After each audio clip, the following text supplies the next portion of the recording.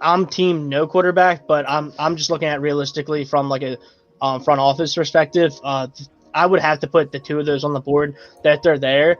It makes sense because everyone's seeing all the news that we're pumping up like the possibility of taking a quarterback at 6, and it makes sense for a lot of reasons. You just add value to the 6th pick because there's about 3-4 teams that are behind us that are going to want to move up. So if the Eagles can maneuver and move back a pick or two or three, because maybe Jamar Chase is gone and they want to take like Surtain, Farley, or one of their guys later, then you add like a 2nd or 3rd round pick.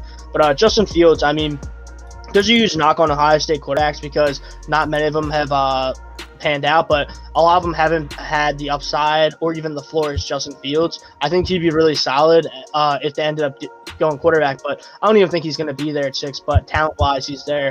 My number 2 is quarterback Justin Fields from Ohio State. Feels like maybe it's a good time to talk about quarterbacks. Feels like maybe it's a good time to have that discussion. We've had it before, but for me, you've got a franchise quarterback or you need one. And I'm not convinced that Jalen Hurts is the guy. And neither are the Eagles, or they wouldn't have taken him with the 2nd round pick. You don't take a franchise quarterback in the 2nd round. You get him in the 1st. You take developmental backups after the 1st round. That doesn't mean they can't turn into one, but the Eagles did not view him as a franchise guy last year in the draft.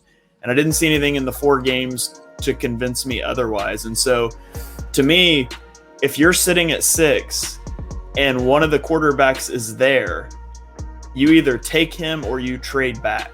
And that's why they're at the top of my list here. They're the players that I view as the most valuable.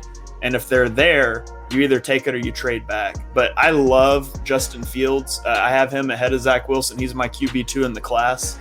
He doesn't have as big of an arm as Wilson, but he's great in the RPO game.